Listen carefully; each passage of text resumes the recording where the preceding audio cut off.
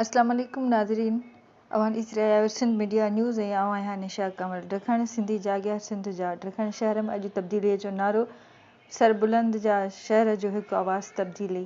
ॾखण शहर जे अमन पसंद ऐं शोर पसंद अॻवाननि तोड़े मौजूद शहरनि जो रैलीअ में हिकु आवाज़, हिकु ॻाल्हि कंदड़ अमन जा हामी, हिकु पेज ते।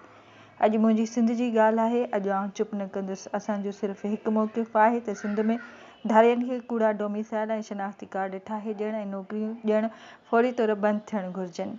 सिंध जा सचा सपूत कराचीअ में धरणे दौरान पकड़िया विया आहिनि।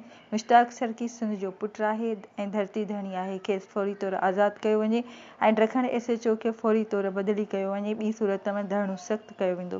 वधीक ख़बरुनि ऐं अपडेट लाइ विज़िट कंदा रहो सिंध मीडिया न्यूज़। कुवत भरियो आवाज़ खणंदासीं त ही शहर बचंदो, न त ही शहर बि ख़तम थी वेंदो, मोंड कड़ो।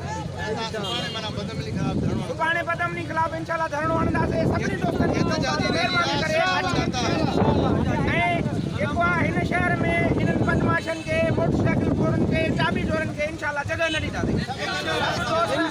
तमामु ग़रीब दोस्त आहियूं ऐं ग़रीब ई हिक ॿिए जे कमु ईंदासीं।